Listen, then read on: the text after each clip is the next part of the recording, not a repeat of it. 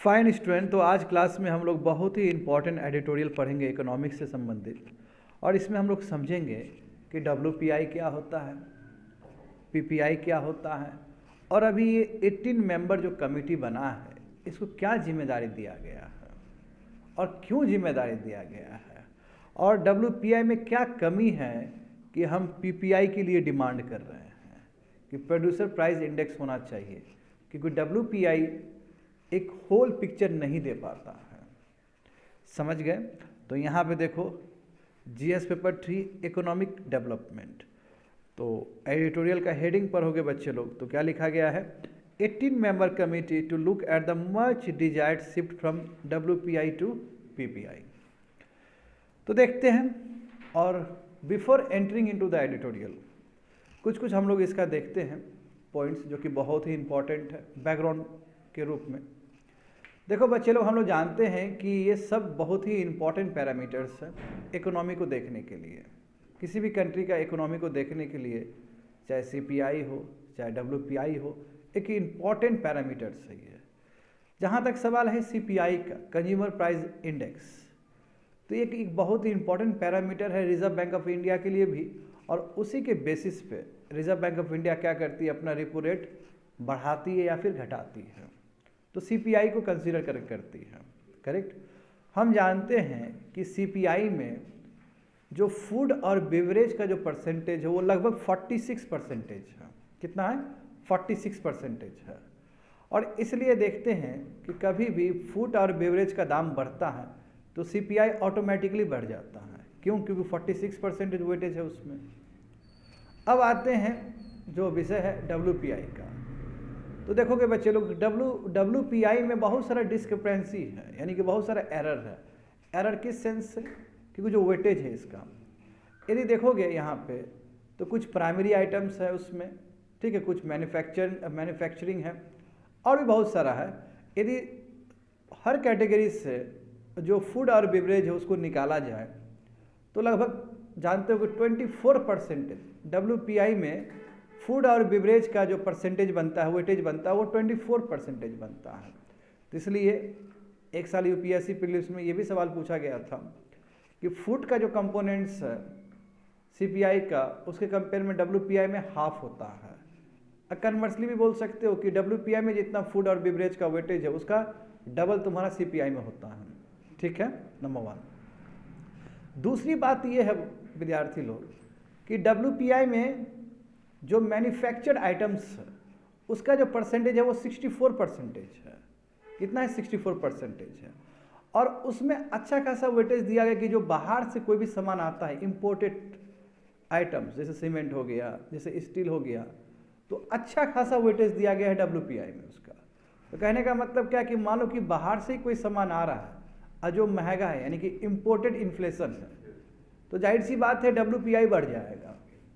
तो वो भी एक क्लियर पिक्चर इकोनॉमी का दिखता नहीं है। दूसरी बात ये है कि CPI में सर्विस देखो, CPI में सर्विस 28% है। CPI में मिसलेनियस आइटम्स देखोगे ना तो उसमें तुमको नजर आएगा कि CPI में 28% क्या है, सर्विस सेक्टर का वेटेज है। बट WPI में सर्विस कहीं है ही नहीं। और तुम खुद देखो कि इस देश में सबसे ज़्यादा इकोनॉमी में कंट्रीब्यूशन किसी सेक्टर का है तो वो सर्विस सेक्टर का है। तो अब देखो कितना बड़ा एक गैप है। WPI को यूज़ करके तुम होलसेल प्राइस इंडेक्स यूज़ कर रहे हो और उसमें जो भी आइटम्स दिया गया है वो भी एक तुमको क्लियर पिक्चर नहीं दे रहा है, क्योंकि उसमें इंपोर्टेड आइटम्स को ज़्यादा आपने वेटेज दे दिया, उसमें आपने फूड और बेवरेज को 24% दे दिया। तो ये जो परसेंटेज जो दिया जा रहा है, वेटेज जो दिया जा रहा है WPI में, वो रियल रिफ्लेक्शन नहीं है इकोनॉमी का। बात समझे? और सबसे बड़ा जो लकूना है, सबसे बड़ा जो एरर है WPI में, वो क्या है? सर्विस का नहीं होना। अब तुम खुद देखो कि WPI का यूज़ करके भारत में GDP डिफ्लेक्टर निकाला जाता है, जबकि जो नॉर्मल ट्रेंड है विदेश से बाहर फॉरेन कंट्री में कि PPI को यूज़ करके वहाँ डिफ्लेक्टर निकाला जाता है, GDP डिफ्लेक्टर निकाला जाता है।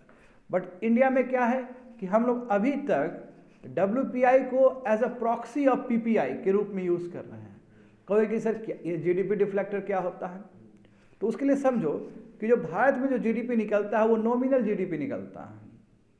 क्या निकलता है? Nominal GDP. नॉमिनल जीडीपी का मतलब होता है उसके अंदर इन्फ्लेशन पहले से ऐड है। तो हमें क्या देखना है? हमें कोई ऐसा कंपोनेंट लेके आना है जो नॉमिनल जीडीपी को घटा के रियल जीडीपी की तरफ ले आए, और उस समय हम लोग जीडीपी डिफ्लेक्टर का यूज़ करते हैं।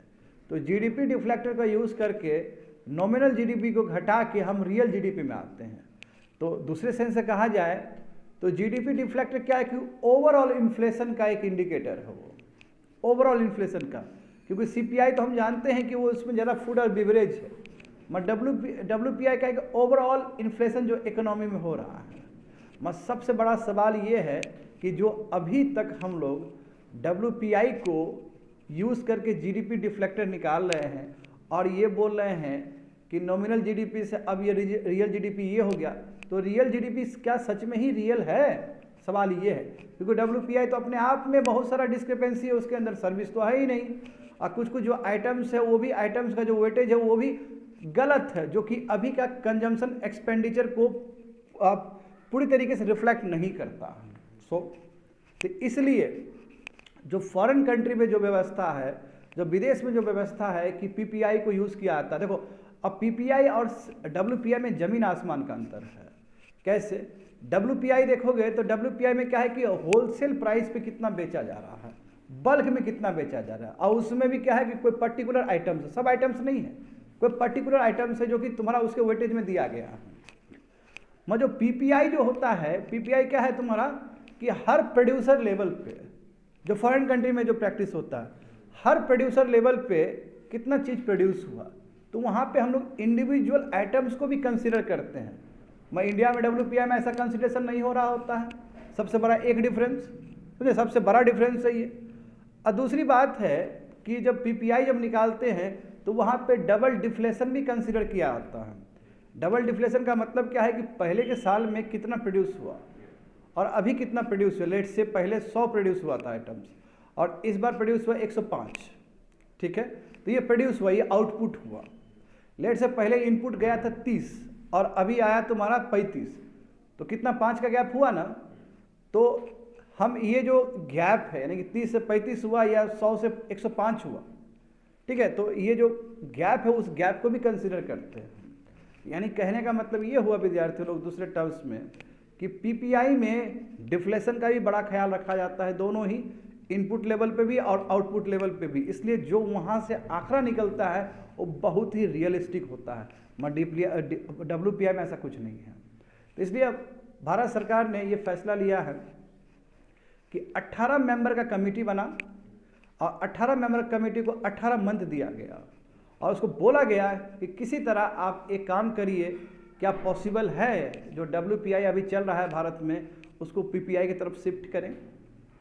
तो इसी के आसपास ये पूरा एडिटोरियल्स है, ये समझ में आ गया ना। तो अब देखते हैं हम लोग एक एक लाइन देखते हैं, क्योंकि हर एक लाइन में ही कुछ ना कुछ सीखोगे। तो यहाँ पे देखो, what do you know about the recent committee setup by central government to improve wholesale price index, ठीक है। तो रिसेंटली देखो सरकार ने क्या किया, एक कमेटी बना और उस कमेटी को देखो बहुत सारा काम दिया गया है। केवल तुम्हारा पीपीआई ही बनाने का काम नहीं है, और भी काम दिया गया है। सबसे पहला काम क्या है कि जो बेस ईयर 2011 का 11-12 है बेस ईयर, जानते हो सीपीआई का भी बेस ईयर वही है कि जो बेस ईयर है 2011 और 12 का उसको चेंज करिए 2022 और 23 का। तो कहोगे कि सर क्या आधार है इसका। याद करो बच्चे लोग, एक्सपेंडिचर जो सर्वे हुआ था 2011 में हुआ था और अभी रिसेंट टाइम में भी एक्सपेंडिचर सर्वे हुआ है, और हमने देखा है कि जो 10 साल पहले 10-11 के समय जो लोगों का जो कंजम्पशन एक्सपेंडिचर था उसका जो प्रायोरिटी था वो डिफरेंट रहा, और अभी देखोगे 2022 में अब जो एक्सपेंडिचर जो हो रहा है यानी कि जो कंजम्पशन जो हो रहा है लोगों का उसका पैटर्न डिफरेंट है। इसलिए बेस ईयर शिफ्ट करने की ज़रूरत है, और ये बहुत नॉर्मल पैटर्न है, ऐसा नहीं कि कोई बहुत बड़ी बात है। बेस ईयर चेंज होता ही होता है। अब बेस ईयर चेंज होना बहुत ज़रूरी है ताकि रिफ्लेक्ट हो कि लोग सब किस तरह कंज्यूम कर रहे हैं आइटम्स सब। तो ये तो चलो ठीक है, ये कोई बड़ी बात नहीं है, ये कोई बड़ी बात नहीं है बेस ईयर को शिफ्ट करना, नंबर 1।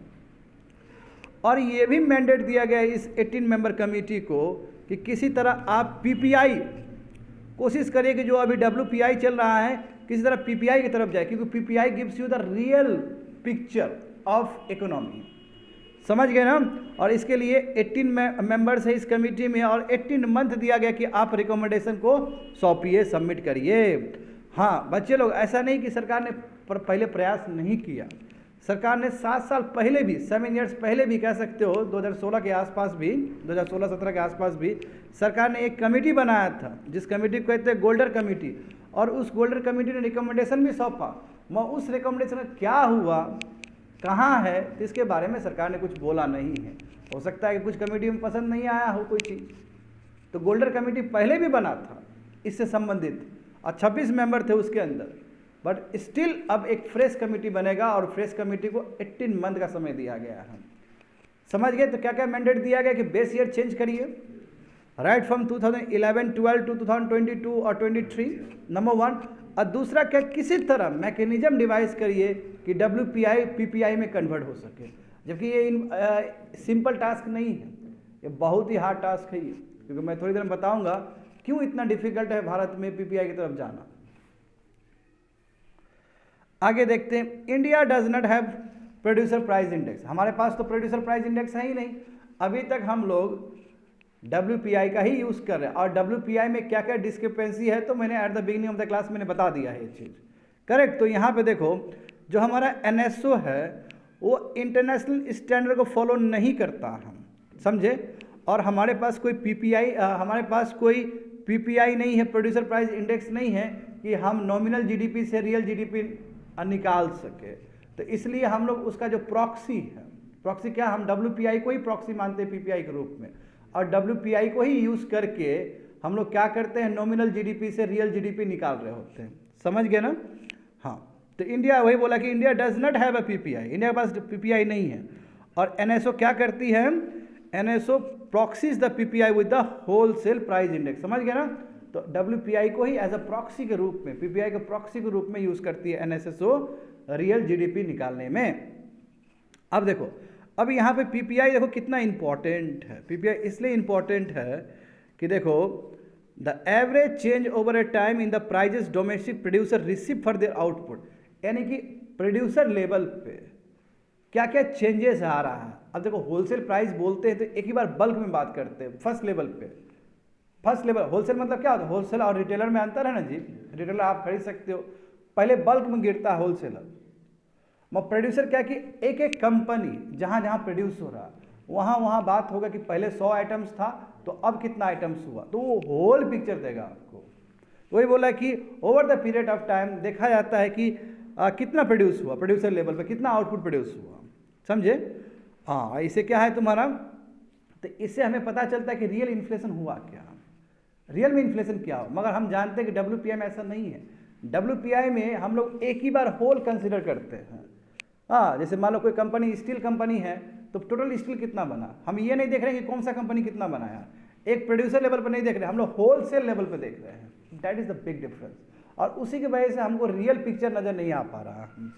समझ गया ना। तो वही देखो नीचे क्या लिखा गया है, WPI does not track producer prices very well. बात समझ में आ रहा है ना, प्रोड्यूसर प्राइस बहुत अच्छे से वो नहीं कर पा रहे। इनफैक्ट हम जानते हैं कि WPI के बास्केट में कमोडिटी जैसे ऑयल हो गया, स्टील हो गया, है ना, या फिर बहुत सारा जो बाहर से इंपोर्ट करके आते हैं उसका वेटेज ज़्यादा दिया गया है। तो कहने का मतलब, मान लो कि बाहर स्टील का प्राइस बढ़ गया, हाँ, कच्चा तेल का दाम बढ़ गया, क्रूड ऑयल का दाम बढ़ गया, तो ऑटोमेटिकली WPI बढ़ जाएगा। और हमने रिसेंट टाइम में 2-3 साल में ये भी देखा है कि कई बार WPI और CPI डाइवर्जेंस हुआ है, कई बार कन्वर्जेंस हुआ, कई बार पैरेलल भी रहा है। तो सबसे बड़ा रीज़न ये है क्योंकि उसमें जो आप वेटेज दे रहे हो, है ना, उसमें आप बहुत सारा इम्पोर्टेड आइटम्स को भी अच्छा खासा वेटेज दिया। दूसरी बात है कि आपने सर्विस का एलिमेंट तो दिया ही नहीं WPI में, और सर्विस नहीं दिया जबकि 60% तो आपका GDP में सर्विस का ही योगदान है। तो फिर रियल आपका इकोनॉमी का वो कहाँ दिखेगा, उसके अंदर प्रैक्टिकल चीज़ ही नहीं दिखेगा कि इकोनॉमी हो क्या रहा है। समझ गए ना। तो देखो क्या लिखा गया कि WPI does not measure the price of service. देख लो, सर्विस है ही नहीं उसके अंदर, कहाँ से होगा। और जबकि सर्विस क्या है, more than half of the Indian economy को रिफ्लेक्ट करता है। बात समझ में आ रहा है ना। इसका मतलब WPI में सीरियस प्रॉब्लम है और उसको रिफॉर्म करने की ज़रूरत है भारत को, क्योंकि भारत पे हर समय ही ये लगता है, आरोप लगता है लोग क्रिटिसाइज करते हैं कि इंडिया का जो रियल जीडीपी है वो मिसनोमर है, वो सही नहीं है। बहुत सारे इकोनॉमिक्स लोग आते हैं बोलते हैं कि नहीं ये तरीका ही गलत है निकालने का। तो सरकार कोशिश कर रहा है। देखो, clear differentiation between producer price index and your wholesale price index, बात समझे ना। तो पीपीआई देखो बिल्कुल वही CFC लिखा गया है।